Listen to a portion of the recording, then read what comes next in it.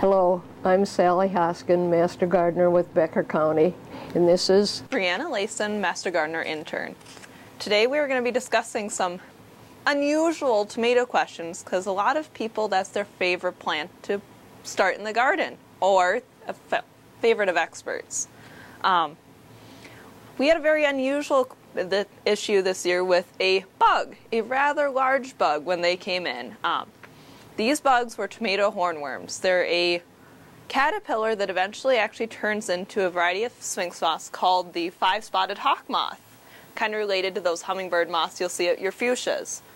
These things love tomatoes, potatoes, they'll even love your petunias, anything in that family. They are really scary because they will decimate your tomatoes if they get in. Luckily for us, they're rather unusual in our area. There's a lot of good ways, natural ways you can get rid of them. Myself, I want to just pluck them off, and if you have some nightshade growing in your yard, they love that. So you can easily move them out. It's also been said if you plant marigolds, those will deter them, because they've been a natural deterrent for other things too. The thing is, you do need to get rid of these guys, because once the moth lays its eggs, they'll hatch, eat the tomatoes, and then when they're ready to pupate, they go in the soil. They'll stay in that soil until next spring. The moth will rehatch, and it'll start all over again. So you do need to scoot them out of your garden when you find them, otherwise they'll be a reoccurring pest. So that's an unusual insect problem, and Sally had a different one. Yes, I have a question that came in from a gentleman who had a potted tomato plant at his house sitting outside. The tomatoes were many on this plant, but they were starting to wither, so they'd been caught by the frost. But when I said to him, why didn't you eat those tomatoes, because they look so lovely, or would have before the frost, and he said they have a white hard center and they aren't any good to eat.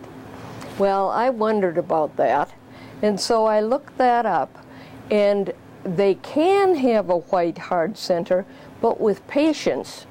You leave them and let them go on, and they will eventually ripen and they can be eaten. So I got back to the gentleman on that.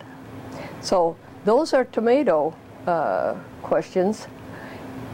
We also have a potato question that we could discuss with you, and that is discoloration of kind of like your veins in your hand, discoloration in the potato. Yeah, we actually had a great reference for this red discoloration in the potato. This formation of red in the potato is actually from naturally occurring anthocyanins, which are actually an antioxidant. They occur when your potatoes can get really stressed, going from super dry to very wet. This causes stress and causes formation. These anthocyanins aren't bad, but they're not going to taste very good. They're rather bitter. It's an easy fix. Usually you can be able to cook them out and it'll go away. Nothing bad. It's just unusual and kind of weird to have them.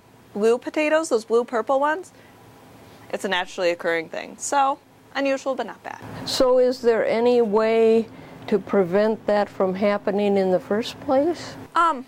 Just try to keep even watering to prevent that stress swinging back and forth. Keep happy, healthy plants, and they won't form.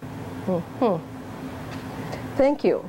We enjoyed having you to tell about our problems that have come to the Plant and Pest Clinic for the extension for the Master Gardeners. And please enjoy your season. Thank you.